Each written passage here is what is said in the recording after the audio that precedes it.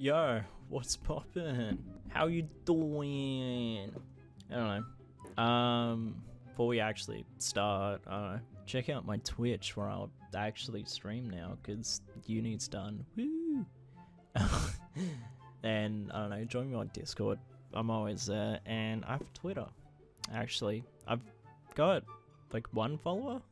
I think that's about it. But also, I don't know, check out this graph. Ooh.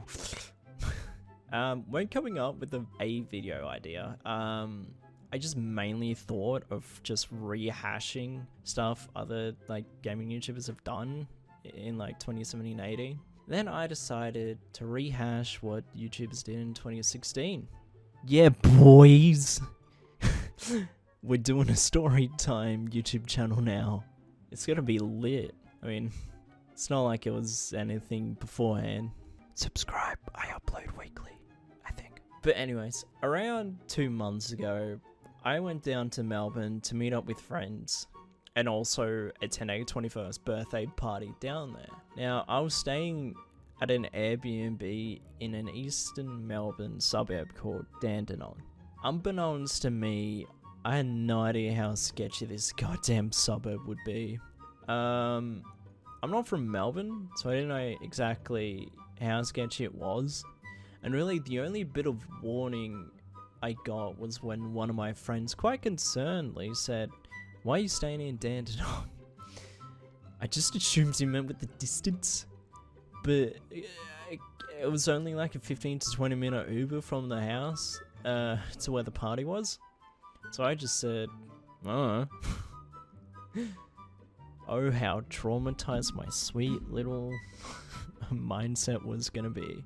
So anyways, I was staying in an Airbnb with two other friends I knew from Discord. I don't know, I'm just gonna call them Jenna and Jemima. But my flight was bound to arrive about an hour and a half before theirs. So I was going to arrive at the Airbnb with quite a lot of time before them. When I arrived in Melbourne, I Ubered to the Airbnb from the airport, and it took a long ass time. Like, I'm talking well over an hour to get there. But when I arrived, the street looked okay. I don't really think that I was in a bad neighborhood, apart from next door. Its windows were all boarded up with towels or newspapers, and it had lots of bins full of some like plant material or something. There was a lot of yelling from inside.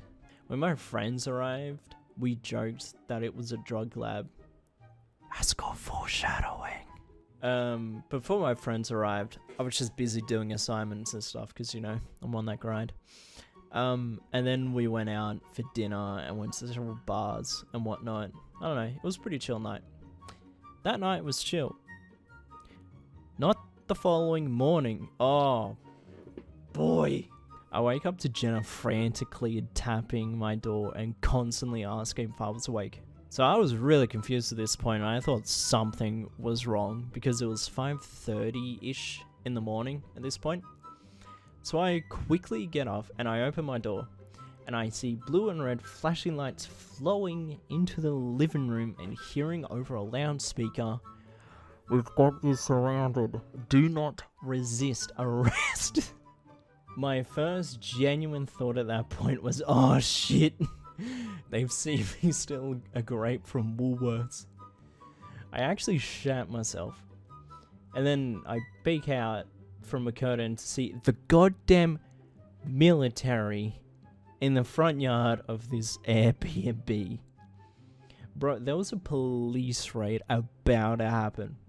Like, some of these guys were decked out in all camo, as well as having massive guns. Like, I was actually scared. Like, I don't see guns a lot.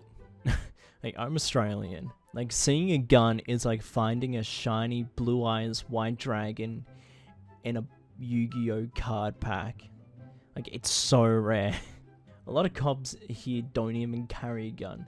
Like, if you're being a dick in Australia, most of the time they'll say, "Well, stop being a dick, mate."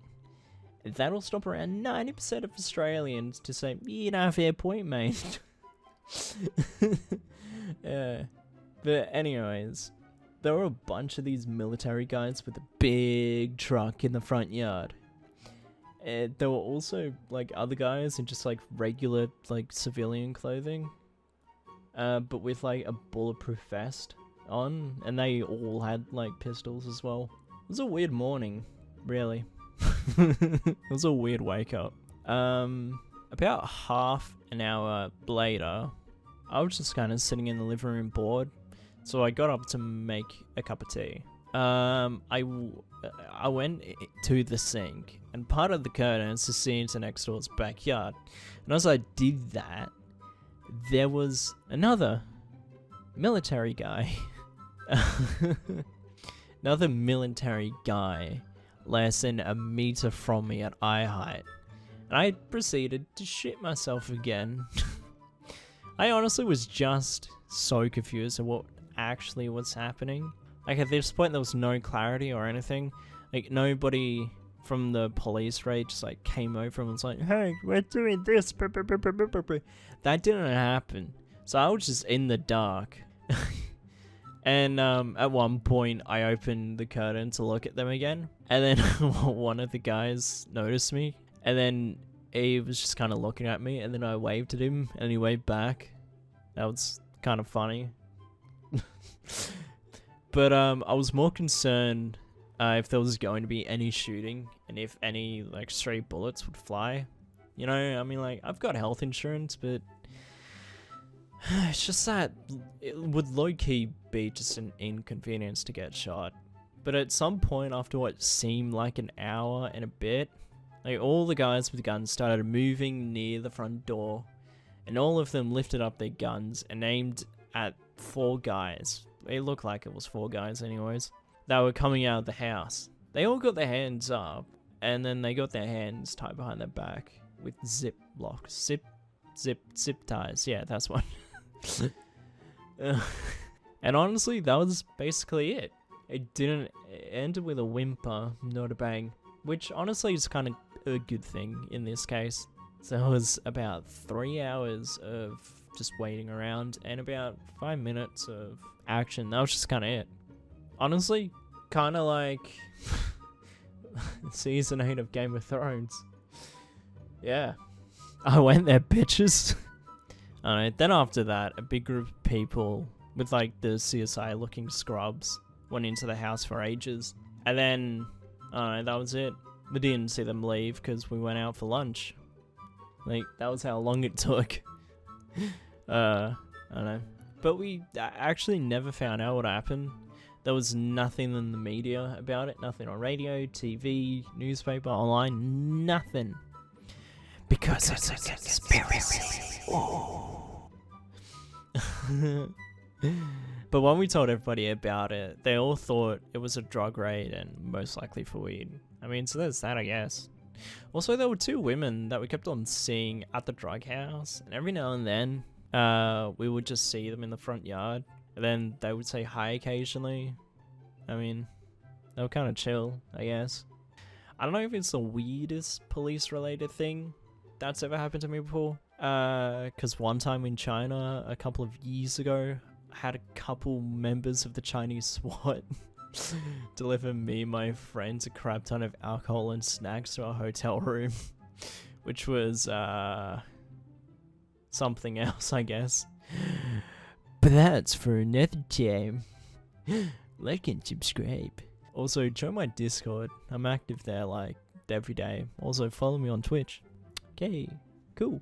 Thank you. Bah! Do it! Just do it! Don't let your dreams be dreams.